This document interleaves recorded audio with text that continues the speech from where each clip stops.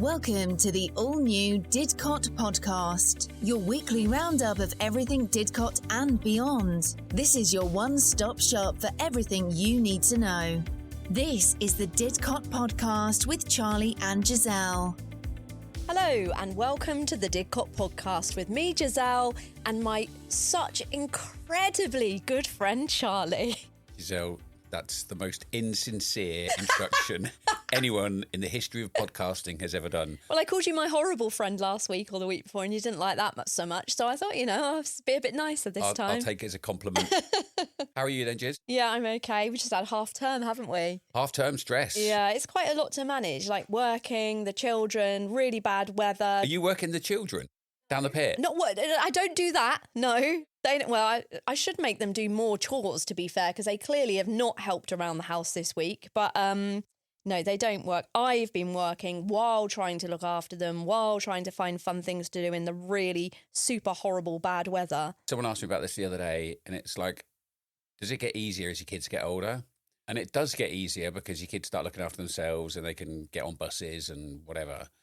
But the problems that you encounter with them become far more serious. That's like it. A-levels and, driving cars. The stresses become bigger and more real. Yeah. But they are easier, they're easier to deal with. My 16-year-old has hit that Harry Enfield stage at 16 where he's full of hormones, sulky. All that matters is his phone and what's in front of him. So it's a tricky time, but it's easier logistically and physically, but it's also harder mentally. Join the conversation on Facebook, Twitter, or drop us an email at thedidcotpodcast@gmail.com. I want to talk about something that affects pretty much everyone in Didcot. Loads of people are getting super cross about it now, and that is that Thames Water has been given this £3 billion bailout, essentially a rescue loan to stop it going under government control, well, for now at least. They were set to run out of money by the end of March, and that cash injection now gives them time to undergo a load of restructuring. They've got £19 billion worth of debt. And you're quite hot on this, aren't you? What's the reason they've got into so much debt? Basically, in my opinion, they've not been investing in infrastructure while paying massive dividends to their shareholders. Well, this is the problem. So our bills are going up 35%, and that's only 35% because of what the water regulator capped it at that. Thames Water actually want to increase them by 53%. And I just don't get this, because if a company messes up that bad, normally the customers don't end up having to pay for it. Do you know how much your water bill is a month? I know that it's going to go up. My water bill per year is going to go up about £180. Hang on a minute. I'm not getting more water. I'm not getting a better service, but I've got to pay more money. You're actually getting a significantly worse service because, well, the one thing we have learned in the last year or two is that they're pumping millions of litres of untreated sewage into all of our rivers nationwide and the sea. So that's really quite distressing. In the meantime, they're paying massive dividends to all the shareholders. All of the water companies are doing this. They're not investing in infrastructure. Their bosses are getting huge bonuses. The Thames Water boss got a £200,000 bonus last year for his first 3 months in the job. That is why people are now angry, because my bill's going up 180 quid a year. And Thames Water are saying it's a 20-year project, this, to get all the things that they need to change. To make the water system work properly is going to take 20 years. I just don't see how they're ever going to pay off the debt. And in the meanwhile, we're basically paying the price. Like, this is kicking off on all of the Facebook pages. I have seen so many posts about this in the last week. And one other thing I think it's worth checking is I saw one particular post about bills, right? And lots of people were saying all these crazy different amounts for how much their bills are. But for like similar sized properties with similar sized families and stuff. So one woman was saying that she had one bill for £284. The next one came in at £1,200, then at £478. She questioned it and she ended up finding out she had massively overpaid. So I do think if, you are getting your water bills, if you've got a water meter, make sure you check. All I can say, Giselle, is the 20-mile-an-hour zones last week made my hair fall out, and this is this is just 10, if not 100 times worse. It literally, I try not to think about the Thames Water thing because it makes me so angry. Can we move on, please? And can the next story be a bit happier? I'll go and get you some caffeine shampoo. Join the conversation on Facebook, Twitter, or drop us an email at thedidcotpodcast@gmail.com. I'm not sure about happier, but this is not okay. Have you seen about these plans to get rid of the cinema, the bowling alley, or the arcades, the leisure facilities at the Kassam Stadium? Everybody, brace yourselves. Oh because my gosh. Giselle has talked about bowling alleys on even our practice podcast. Giselle has a rant about bowling alleys and how much she wants. So the Thames Water thing is like, that's quite important to Giselle, even though she drinks water and needs to flush her toilet. That's quite important. But the bowling alley, this is shocking. Here we go. It's because, I really feel like we should have a bowling alley in Didcot. We should have some properly decent leisure facilities here. I got all excited when they said they were going to build one by the cinema in Didcot, where that shop is on the corner opposite Boswell's now. That didn't happen. But hey, at least we've got Oxford. It's not too far. And now they're saying they're going to get rid of that and put science labs there. Just seems like another example of the community sort of getting pushed out the way for business needs, which I understand there are needs for business. We're trying to get this country back on its feet. It's a really important thing. But, I think it was Ollie Glover said in the House of Commons the other day. Oh, our local MP, I saw about that, yeah. Yeah, he said, he was basically saying, infrastructure's good, we need it, obviously, it's vital. But at the same time, doctor surgeries, things that the community needs are also and should be as important as the needs of a property developer Absolutely. or an infrastructure project or whatever. And I firmly agree with that. The petition's actually already got 2,000 signatures on it. I think I'm going to sign it, and we'll put a link to it on both our Facebook and Instagram pages, the Didcot Podcast. I think it's really important to mention that it's now 9 years since the deaths of 4 men in the collapse at Didcot Power Station. That was back in February 2016, and the police investigation's still going on into that. Yeah, I mean, it is a really complex investigation. The quote the police said were, they are actively investigating offences of corporate manslaughter, gross negligent manslaughter, and health and safety and work act offences. So I know 9 years is a long time. I think it's the longest investigation Thames Valley Police have ever had. But obviously it is very complicated, and it does seem like they're getting close to the end. I think once that investigation is finished, then they can start a public... I think there's a calls to have a public inquiry. They've actually taken more than 2,800 statements for that case now. Join the conversation on Facebook, Twitter, or drop us an email at thedidcotpodcast@gmail.com. I just want to move this on a little bit, Giselle. Some other big news that came in this week about the celebrities, the Didcot A and Didcot B potholes. Oh, yeah. That story is coming to an end because they have been fixed. I know one of them's been fixed, but as I was driving over here earlier, I did notice there was another massive one. Well, it's not massive. It's not that big, but it looks really deep, and it wasn't even bollarded off. How big does it have to be before it gets a name? Oh, yeah, we might have to give a measurement for that. What are we going to call it? Didcot C? Anyway, that pothole's been fixed. Councillor Ian Snowden had played a big part in that. He's been down there and he's got it fixed. So good on him. Thank you for that. So I think we should do the village roundup, Giselle, and I think we should inform our listener, that the village roundup is a collaboration again because yours was too crap last week. I've upped my game. I've got so much more this week. Well, Giselle, the rash of break-ins continues. There was another burglary in Aston's a couple of days ago, and 2 cars were stolen from a house there. There's been motorbikes stolen in Harwell. There was a car stolen from a pub in Harwell the other day. I mean, it just seems like there's like a crime spree going on at the moment with stuff getting stolen, but, serious stuff getting stolen. Breaking into people's houses and stealing their cars is obviously a very serious offence. So the Thames Valley Police's Rural Crime Task Force, that's a better name, isn't it? Rural Crime Task Force. They are patrolling areas of the county and including Didcot in a proactive operation. If you hadn't been an incredibly successful presenter, podcaster, TV producer, etc., what job would you have done? Astronaut? Really? No. One of the things I always thought about doing was being a police officer, and the reason is because I really like the detective side behind it. I'm really interested in solving things. I've always been into like programs like Morse and all that lot. Columbo. Yeah, whatever. There's this great event at Brightwell Village Hall. It's on the 15th of March from 7:30. It's called The Forensic Experience, and you get to find out what actually happens behind a crime scene. So when you see the yellow tape, what's really going on. So they'll be looking at everything to do with the world of forensics.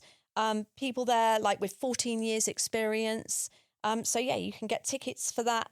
Doors open at 7 p.m. I've got one here for you, Giselle. It's the Women's Wellness Retreat evening at the Great Hall in Cholsey Meadows. It says, we all benefit from taking a pause. You could definitely do with taking a pause. Yes, breathing deeply and getting out of our busy minds. That's got your name Need written to do all that. over it. Yeah. It says, these evenings are medicine for the soul. I think you should go to that. We're at 12 locations for the next few months, back in the Great Hall on the 20th of March. I think you should go. And also, why can't men have a wellness retreat? It's funny you say that because they are actually going to have a mental health evening for men. It's called Men Speak Up at the Cornerstone in Didcot, and that's on Thursday, the 27th of March at 7 p.m. I think that's a really good idea, Giselle. I mean, it's like it's not easy for guys to talk about their mental health. We all know that. So things like that, and the more of that sort of stuff, I'm all for that stuff. I'd actually quite like to go to that and I'd like to go and see what it's like and how it works. You could go to your men's hot yoga and then to your talking thing. Well, I was thinking more about like drinking beer on Whitnam Clumps with a lot of like-minded fellows. That sounds far more up your street, to be fair. We're going to retreat up Whitnam Clumps and declare it a man zone. There seems to be a lot going on for mental health at the moment. I do wonder if it's a bit because we've had so much bad weather, no sunshine hardly, and everyone's feeling a bit gloomy. But I'd never heard of this before, and I think it's really nice. It's called the Chatty Bus, and it's for lonely people. They can get on a bus. It goes around South Oxfordshire, and then volunteers will just spark up a conversation with them. So they've just got some interaction during their day. That would suit you, wouldn't it? Do you know, I love a bus ride. I know it sounds ridiculous. My son used to be obsessed with it. So one time we got on a bus in Didcot and we did the entire journey. I think it took about 2 hours or something. Even for him, by the end of it, he was like, can we get off now?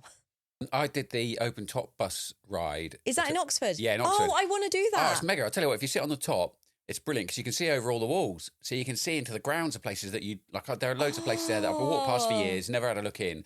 You get on the old open top bus there and you can have a look over it. We had a crap one actually because it was raining and the kids were quite young and they were too young. They didn't want to learn about Oxford history. But it's a really, really good tour. It's well worth doing. I'm definitely going to do that with my daughter. You know, you said about cadets the other day? Yeah. Well, I found an ironic post after that because I saw sea cadets are in Abingdon. Oh, okay. Is it just me? What? Well, I don't think you can get further from the sea than Abingdon. It is true. Like, we live about as far from the sea as you can in this area, don't we? I like the cadets. We both like the cadets. So sea cadets in Abingdon, they are looking for people to join. I love a spring fair, and Drayton Village Hall's going to be having one. It's on the 19th of April. I think there's still a couple of stalls left for that if you want to get in, but it will be free entry 10 till 4. And then Didcot Casuals, their under-14s are looking to build up on their team. So if your son or your daughter's really into football, get in touch with Didcot Casuals. That's who my son plays for as well. And then someone was asking about cycling groups, and there's one in Hagbourne that meet every Tuesday at 6 o'clock. I think I need to get back into cycling as the weather picks up. Join the conversation on Facebook, Twitter, or drop us an email at thedidcotpodcast@gmail.com. Did you see there's a new cafe opening on Great Western Park? Monday the 10th of March, it's going to be called Number 33 Didcot. I had a look at the menu, actually. It's really nice. Hey, Giselle, you know I like yoga. Hot yoga, you do? Well, I think you should give yoga a bit of a try. And there's a really nice class with Marta, and it's in West Hagbourne, and it's called, she says, Connect with Nature. It's on 7:30 to 8:30 p.m. at the retreat, and that is on Spotted Didcot if you want to have a look at that. My best friend does yoga, and I've got quite a few friends actually that do yoga, and they all absolutely swear by it. I keep meaning to try it. I like fast sports, as you know, like netball and badminton, but I think it would be a really nice thing. Charlie, how are your finances? Still reeling from Christmas, no doubt. They are not recovering. So Sustainable Didcot are doing a session on budgeting, which is going to be on Monday, the 24th of February, 2 o'clock. It's just coming up now, really. But I think it's going to be really handy because they just give out loads of good financial tips. There's going to be another of the litter picks. This one's going to be at the Wave. It's Saturday, the 1st of March, 1 till 3 p.m. And as I said last time, they do include all the litter picking equipment for children.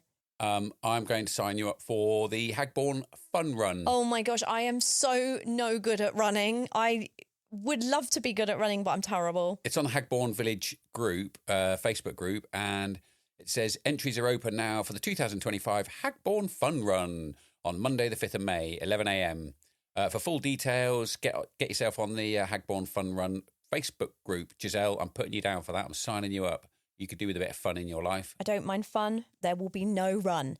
There is actually a lot of good stuff going on in these villages, isn't there? I mean, like Brightwell, we did a pottery thing last week that sounded really cool. All of these villages, they do have a lot of stuff going on. I mean, like I've got one here, which is from the Southstoke Village page, which is for Friday the 9th of May. They're having a race night with a big screen. You know the horse racing on a big screen? I used to have to do that when I was a redcoat. Really? I've never seen that. I didn't even know what it was. But anyway, they're doing it in Goring Village Hall on the 9th of May, £12 per person.